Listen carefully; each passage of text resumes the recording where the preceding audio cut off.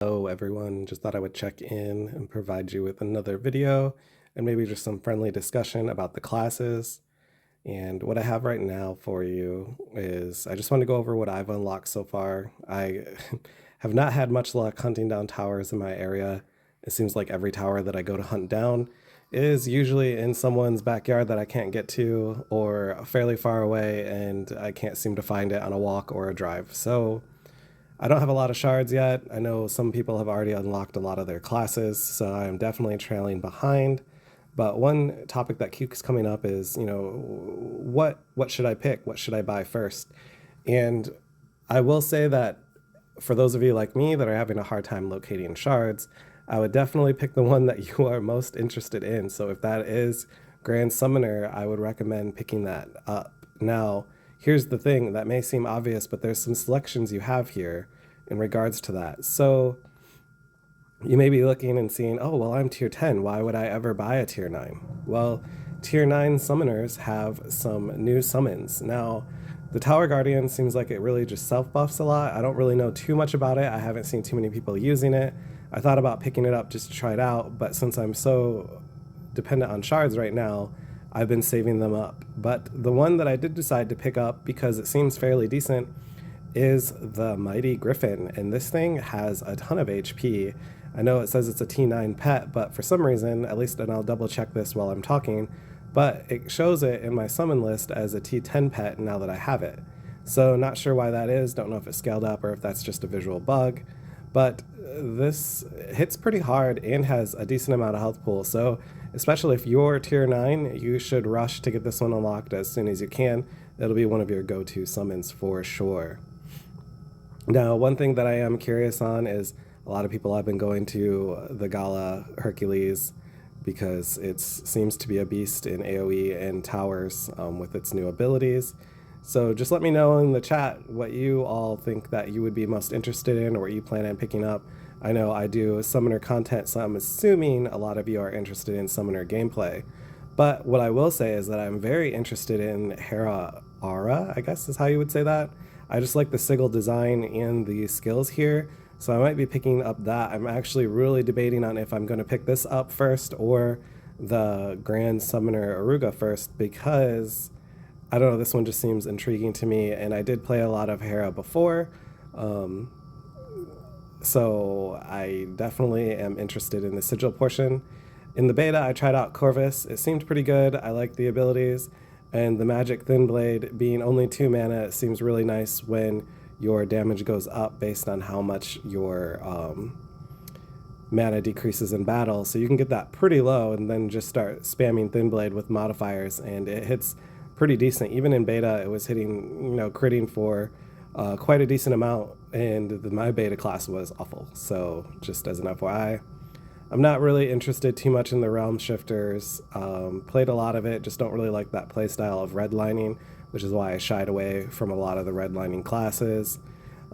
Same with the Bestila or Beastila, don't really enjoy those classes that much, so I don't really know too much about them, so I don't have too much to say other than I switched to it in order to buff myself up. But now we're getting here to the Grandsummoner Hydrus. So the reason I bring this up, this one is more for the pact builds, so Blood Pact or casters. The one thing that has me nervous is the battalions. When attacked in combat, your summoned allies have a chance to protect you. That is lower than the other classes' battalions, which means you are going to get hit more often. That does seem like a debuff, especially with the way our defense is designed. I know a lot of people are saying, that's fine, gear up, put more ward on, but not everyone that has access to GS has, or that's playing the GS has all the gear for the high ward to stay alive.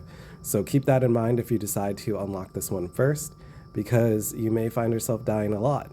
However, in regards to that, they added the Hydrus for this class, which again, if you read it, it says, when you fall in battle, there is a chance that all summons will be automatically sacrificed to heal the summoner. I haven't seen this in play yet, but basically your summons are going to die, you will stay alive, and then you must scramble to get another summon out as quickly as possible, or your summons out as fast as possible before you take the next hit and get one shot, depending on your gear. So just keep that playstyle in mind. But this would be a good if you plan on playing as a summoner, just summoner build base with, doing damage based on summons, not using packs. The Summon Ancient Dragon was pretty overpowered for everyone recently because it added a debuff, which increased your damage multipliers when using Ultima I believe it was just Ultima. So it increased their overall damage output. So people were pulling some crazy numbers due to the debuff that the dragon would apply, as far as I understood it. I, again, never got to test it because I'm short on shards, but the dragon was changed a little bit so that the skill doesn't quite play a huge part like it did before. Odie changed it around. If you want to read more on it, there is the Orna Discord that you can hop into. There's some discussions on it. There is some contention that the way the changes worked, it makes it so that a lot of monsters are immune to it now, or just not as effective as it once was. Odie says that the change was to benefit the GS community and make it an overall DPS increase, but there's definitely some controversial discussion in regards to that. However, still a great summon. It's a pretty beefy dragon, so definitely recommend picking this up when you can. But if you're going straight summon build, this is the one for you. I don't know how to say that horse version, Phaethon. That was probably horrible, so disregard if I pronounced that wrong. However, this is the summon you get. It is not great, I will tell you that off the bat. It's supposed to buff, but it generally doesn't, or it does once on the turn, and then if you don't get what you need or whatever, it fails, then it's basically useless. It is fairly squishy.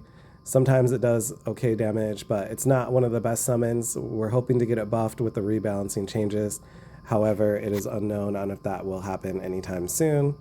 So what we have for you is this summon. However, it's going to increase it's basically going to be Grandsummoner in a nutshell. You're still going to get your summon power. You're going to get battalions 3. One big benefit is that you don't have that useless passive anymore, the light and dark magic bonus or damage bonus that for whatever reason made it through the beta and ended up on the Grandsummoner class. Really strange, but supposedly it increases Ultima damage, but who wants to use Ultima damage or Ultima as a summoner anyway? However, you do get the added bonus for the Aruga build you will be afflicted with negative status effects for far less turns, and your summons will make better choices in battle. Now, this has been tested on the forums, on Discord, by other summoners that have unlocked it, and it is a little concerning that the amount of that the afflicted negative effects seem to still last fairly long. So we're not sure if it's just -1 turn or what that actually is, but it doesn't seem to be that effective. So a little bit of disappointment there, unfortunately. But again, I mean, it's your Celestial class. Might as well pick it up and do what you can. But no rush. Like we said, a lot of these classes are kind of still debatable on how useful they are compared to the regular T10s. The ones that have some significant increases to damage overall will most likely be the Hera and the Galas, or the deities as well, which coming up next. These ones seem to be fairly amazing for horde mode. They pretty much have everything at this point, so if you're looking for a class that is a great all-rounder, go ahead and pick up one of these two. So I guess I should say all-rounder in its specific specialty, depending on which one you pick up. Deity Aura is mostly caster only, so you're going to get caster abilities, and your passive is based on magic casting. So you're going to, one, become more powerful as your mana decreases, and slightly more powerful as your HP decreases in battle. So kind of like how Hera operates, or Heretic. When the mana goes down, your DPS increases. Before, to get the most benefit, you would, for the regular class at T10, you would want to basically keep your mana as low as possible and redline your HP as well. This one makes it so that when your mana decreases, you're going to get a bigger increase, and your HP decreasing will still give you an increase, but it's a little bit more minor, so you won't need to worry about redlining as much, and you can just cast your spells as is.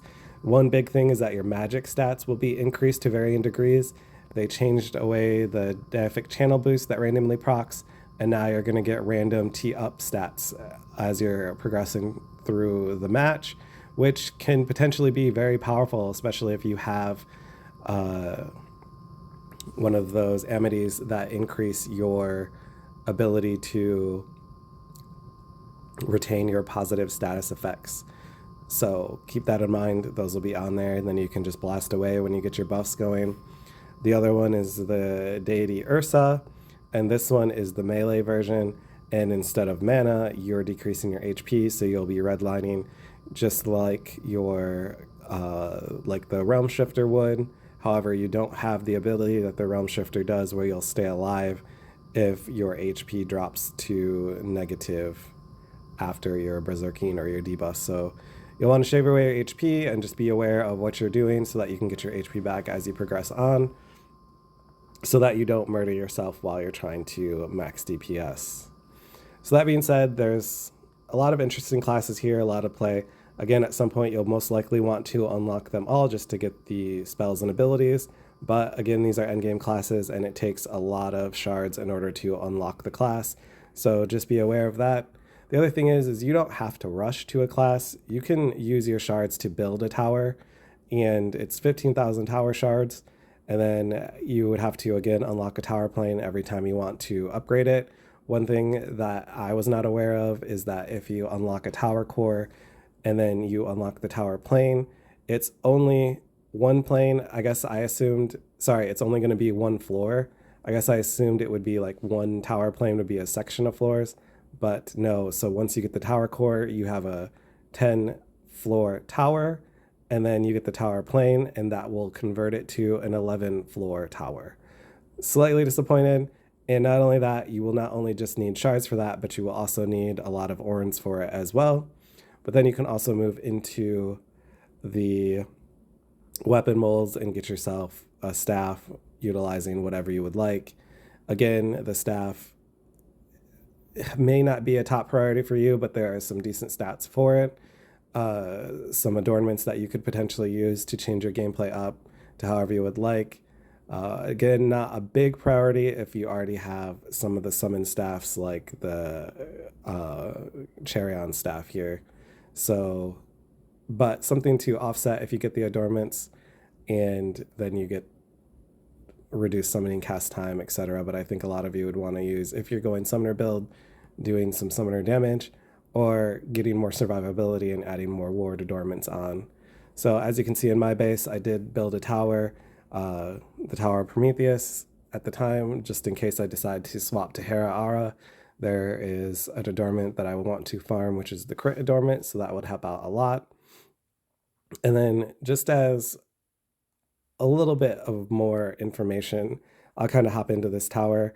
These might be obvious to most people, but some people may not know. When traversing towers, you can click farther ahead to kind of move to different areas. But if you're clicking in a zone and you happen to see up in the upper left corner that there's a wide open area, example would be these two walls here, you can actually click this, the character will automatically move there. And in some of the maps, you'll actually get that corner up in your screen, which will move you all the way over to the other side of the map, which is extremely useful if you don't want to keep mini clicking like this over and over again. Also, this will affect the monsters. So if you can see the monster on the screen, you don't actually have to be right next to them to click them. You can click them from any location. So you don't need to be in that room. You can just move up there, and then you just fight them as usual. Hopefully I won't get killed to this thing, and then move on and keep progressing to kind of minimize downtime in regards to completing these towers, which are still, even after the patch, seem excessively long for a GPS game. But you know, hopefully he will patch it and make them go a little bit faster, or even make the maps just slightly smaller so that you don't spend a lot of time running around and killing the tower guardians. One other thing is to maximize the amount of shards you get from a tower, you will want to basically kill all the guardians in each floor. You can actually skip the stray monsters. They don't really give that many shards, but the main thing you'll want to focus on is the floor guardians. Again, at higher floors, There's a lot of floor guardians that you would want to avoid. I discussed that in a prior video, but even this one in a higher floor, I've been wrecked and it was horrible because I thought I could do it and I could not. And obviously you lose. Thankfully, you don't lose all your shards anymore. So I only lost half, but it was still, I had, I think at that point, 12,000 shards and I dropped down to 6,000. So it was definitely not a great feeling when that happens. I'm sure you all can relate at some point you've lost in a tower. One other thing that I want to mention that a lot of people seem to ignore, even though it is there and pretty obvious, is up at the top of the screen here, you will see a key shape. That is the ability to skip puzzles. So on each floor, there will potentially be a puzzle to progress into that room, a locked door, and you can use that key to skip that floor or skip that puzzle, sorry, and move on to something else more fruitful like killing floor guardians. So one thing I like to say is that if you're in a tower that has a lot of floors, you may want to save your key because it does seem like the puzzles get a little bit more complex the higher the floor is. It could be my imagination, but I feel like it is with more options, especially the key one and the lights out one.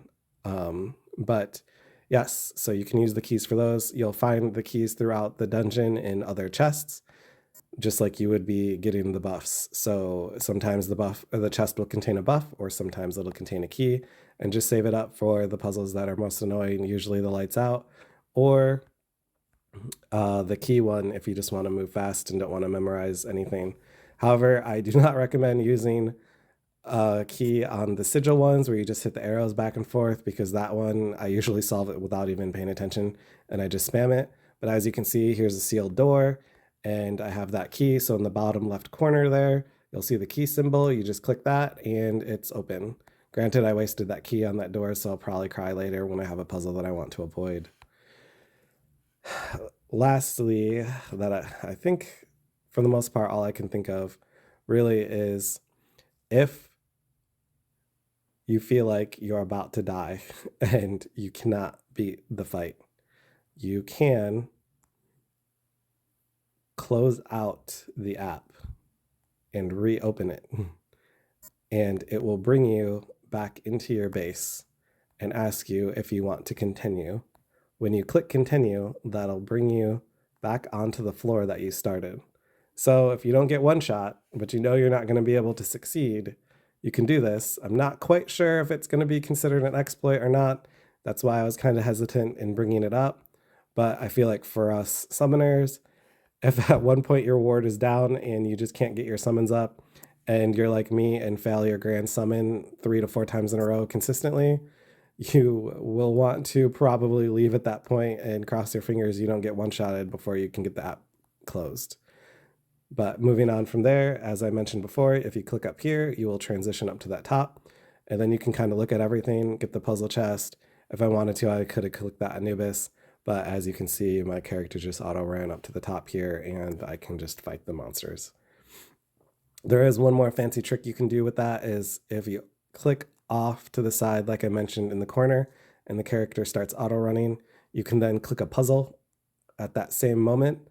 And if you time it just right, your character will auto run to the new location while you're still clearing out the puzzle. So that way, if you're looking for more floor guardians, you can, and you know there was one in that location prior, you can transition to that floor guardian while you're unlocking another door to get to another one and just backtrack.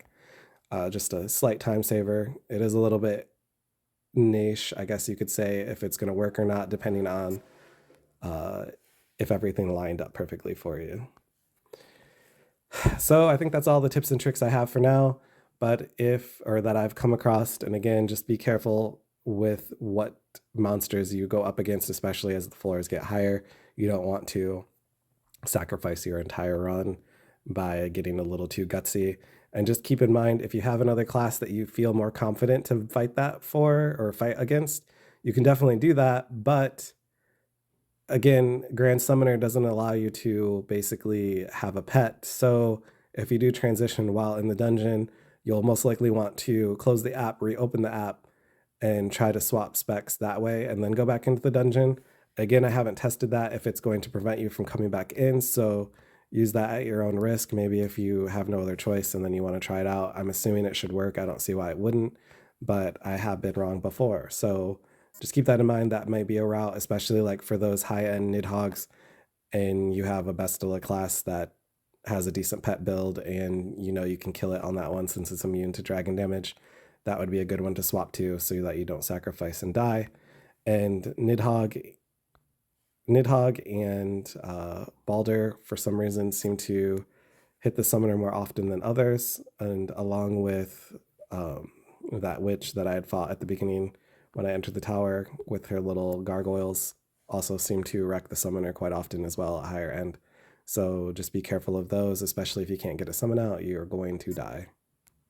All right, but I've rambled on long enough. 20-minute video, a little bit longer than that. So thank you everyone for hanging out and watching. If you have any questions, suggestions, or comments, please throw them into the chat and let me know what Celestial class you're interested in the most. If I'm right and it is GS, or if you're planning on transitioning, like I really like the hair aura, just seems interesting to me. Also interested in hearing about that as well. Have a great day.